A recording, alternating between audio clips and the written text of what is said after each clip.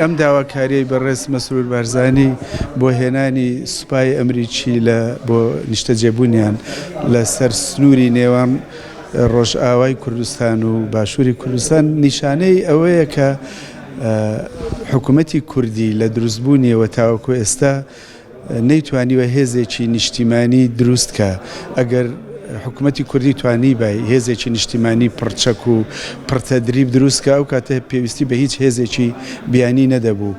بەڵام من لەگەڵ ئەوەشدا بەڕاستی نازانم ینی مەبەستی بەڕێز بارزانی بۆ هێنانی سوپای ئەمریکی چییە؟ ئایا بۆ دیسان ئەمە بۆ دروست بۆ پشتیوانیکردنە یا بۆ تێوەگلانی ئەو سوپایە لەو شەڕە ناوخۆیەی کە لەگەڵ پەکەکە بەتەمان ڕووبدایان نە هیچ پێویست بە هەبوونی هیچ هێزێ ناکە.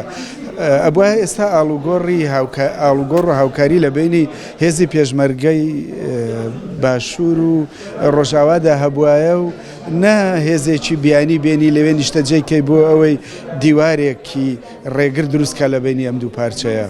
کێشەی پارتی لەو بابەتەدا ئەوەیە کە پارتی خۆی لە هیچ بەرەیەکە نابینێتەوە ئەگەر وەکو پێشڕەو حسابی بۆ نەکرێ.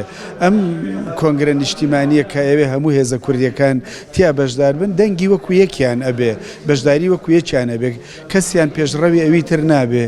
بۆیە من پێم وایە ڕەتکردنەوەی فکرەی کۆنگرەی نیشتیمانی لەلایەن پارتیەوە زیاتر بۆ دەگەڕێتەوە کە ئەو دەیەوێت ڕۆڵی پێشڕەوایەتی هەبێ.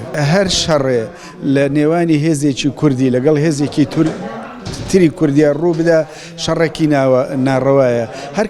هەر کەسێکیش هەر لایەنێکیش دەست بە هەڵگیرسانی شەڕەکە بکە وەکو تاوانباری یەکەم تەماشا ئەکرێ. من ترسی ئەوەم هەیە ئەجندای تورکی یا بەرنامەی تورکی بۆ لێدانی پەکەکە ببێتە بەشێک لە بەرنامەی هێزێکی کوردی بۆ لێدانی پەکەکە. ئەگەر نەگاتە حاڵەتی لێکدان من هیوادارم نەبێت ینی ڕاستە لە هەندێک شوێن هەڵپڕژان هەیە لە بینی هێزە کوردیەکانە، بەڵام هیوادارم نەگاتە شەڕی ئەوەی کە ببێتە شەڕی ناوخۆیە شەڕی براکوژی. چکە و کاتە کورد بە گشتی زەرەرەکە و ئەوەی براوە ئەبێت تورکیا و داگیرکەرانی تری کوردستانە.